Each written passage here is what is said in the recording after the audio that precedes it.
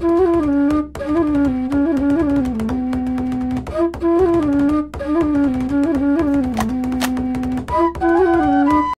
want to welcome you all to the first episode of the Revamped Dig Dug's Treasure Chest. I am Dig Dug, or Doug, whichever you prefer. Basically, this is my show about collecting. I see a lot of shows just talking about nerd stuff, comics and games and stuff. It's usually reviews or whatnot. This show is going to be mostly about, well, there's going to be reviews and stuff too, and top 9s and all that kind of stuff. Why top 9?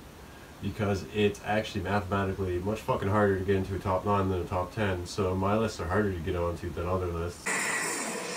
All the royalty! We're talking about comics, games, collectibles, pops, basically anything you collect, where to buy them, what I think is going to go up in value. I'll talk to all you guys in the comment section. Please comment all the time on anything you think that I should be discussing or that you think is going to go up, or just anything, man. Always hit up the comments. Let's form a community. There's a whole bunch of people out there that have always loved collecting this stuff, and we will always love collecting this stuff. That's cool right now because like movies and everything are making it boom, so there's more of this stuff than we've had our entire lives.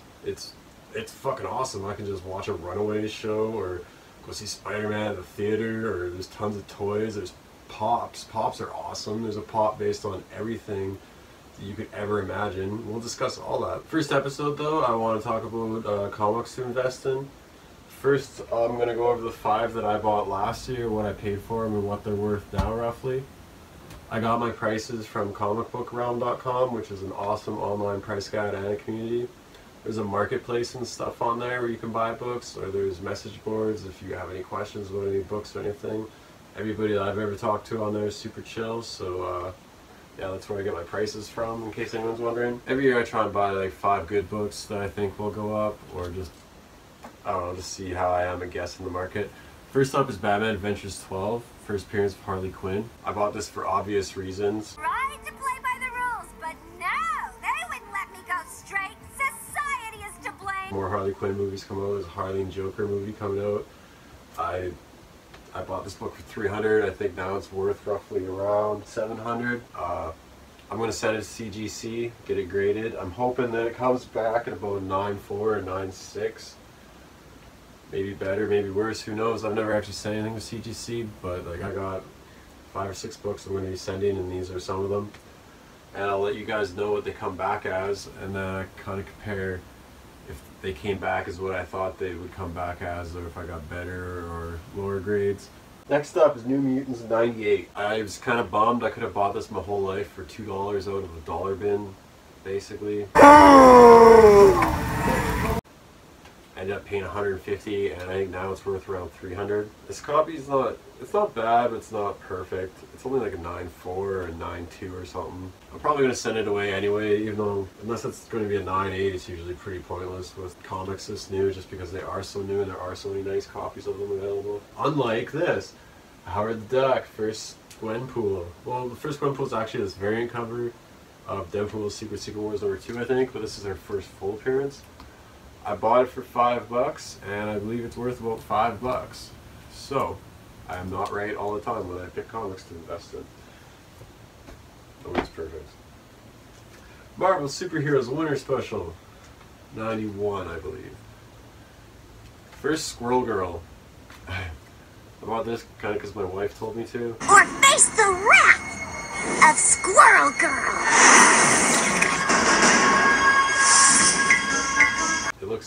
This book looks in nice condition. Like, I don't know, I'm expecting a good grade back when I send this one in. About $30, it's worth about $80. Squirrel Girl, I think she's just gonna stay popular. I don't know why. People love her. You and what army? This one.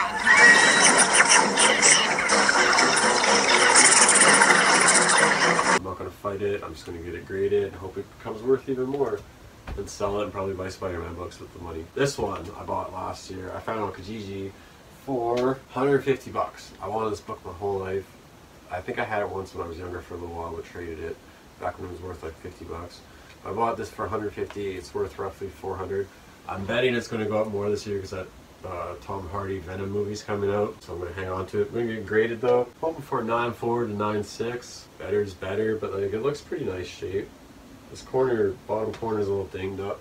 Surprise! But yeah, those are my 5 books from last year.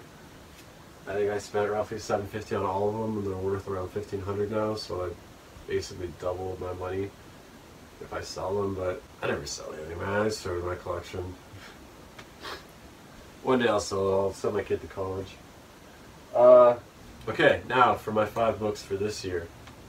I grabbed this one for $5.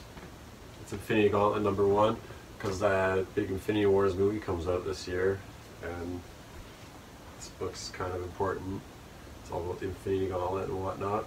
I'm going to get Amazing Spider-Man 194. It's valued at roughly $170 right now, but there's a Black Cat and Silver Sable movie coming out, and so I think it might go up in price. Who knows? I don't know, I've always wanted the first appearance of Black Cat. She's one of my favorite Spider-Man characters. Yeah, there's good chances it'll go up now with this movie coming out. If not, you know, she's always going to be a key Spider-Man character, so having that in your collection isn't the worst thing in the world. Runaways #1. I think it's worth around $80 right now. I'm going to try and grab a copy of that. That show on Hulu was pretty popular, I think. I didn't hear too many complaints. And there's 2 hot chicks making out already in it, so that makes it keep my attention for a while longer. Yeah, I've always wanted that first appearance anyway. Runaways is an awesome series, and now it's going to get way more attention. And it wasn't like a big selling series, so there's not a lot of copies of that book. So now with the show, it's going to get more attention and probably go up in value a little bit. And I know that most of you are probably like, oh, he just bases all his prices on movies and shows, but that's what affects comic prices at the moment. Like a few years ago, I would telling you all these first appearances and stuff to pick up, but right now it's movies and shows that are pushing prices and values and getting people interested in certain books. So the books that are going to go up will be based on movies and shows. I mean, there's a few that might sneak by, but for, like, look at Walking Dead #1, how valuable it is. It's because it has a show. Walking Dead #1 would not be that valuable without the show. That's basically the rule of thumb for collecting right now for comics. Preacher #1, again, a show. And that's why I'm saying it was from Vertigo back in the 90s. It sold relatively well, and it's always been a good book, but now it's getting way more attention, and there's only so many copies of it, and it isn't like it came out like 20 some years ago now, so it is relatively an older book. I remember when I had like a couple issues of it growing up. I'm going to grab a copy. It's going for around $225 for issue #1 right now, so I want to grab a copy for my collection and just for my 5 books for my picks this year as well. Yeah, just see if it goes up. I'm pretty confident in it. The show's awesome. Cassidy is one of the coolest characters ever. Like probably my favorite vampire actually from anything. Let me see your hands! Let me see! Just want to grab my son's skirt! Yeah, so definitely pick up Preacher #1 if you're able to.